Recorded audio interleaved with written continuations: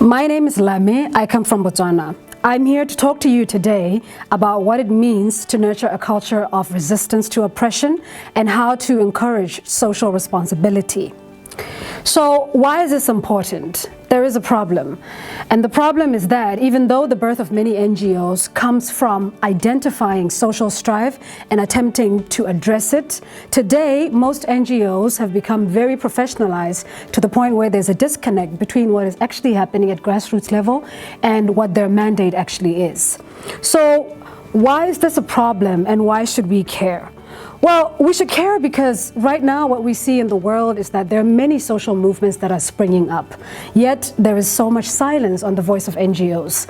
We do not hear what NGOs are doing about that, how they're supporting many social and political movements that are coming up. Many of these examples have to do with the Fees Must Fall movement in South Africa, which has shown that to a large extent, the fees for education is only one big part of the problem in South Africa, amongst all the socioeconomic problems as well. Other movements that have shown that they need some sort of support from NGOs include the I Shall Not Forget movement, which is demanding accountability and the persecution of government officials who continue to abuse their office to defile and sexually exploit young children of the ages younger than 18 years old. So what I'm trying to say to you today is that perhaps this is a time when NGOs need to consider what sort of a role they're playing in encouraging social and political movements. Today we need to think a lot about what our privilege means and what role that we can be playing to support and encourage this sort of oppression, resistance to oppression. And I think that perhaps the role of NGOs should be to support revolutions.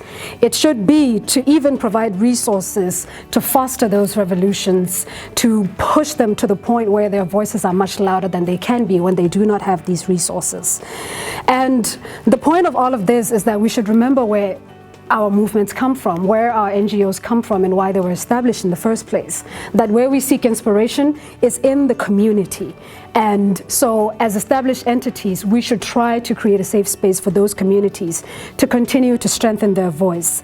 And from behind our computers, we can be creating more spaces for social and political movements to voice their opinions and to hold their leadership accountable.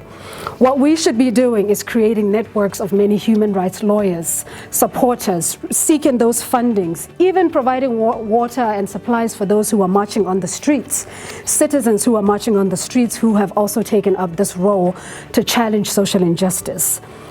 So I want to appeal to you today and say that this is an opportunity. It's an opportunity for a lot of NGO leaders who may sometimes be stuck in very solid and strict structures within their organizations to step out of that space and think about what it means to tap into the power of our communities.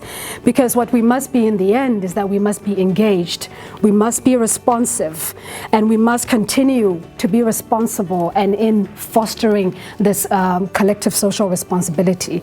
We have seen citizens rise up and we must rise with them because as NGOs, this is part of the role that we could play. Thank you very much.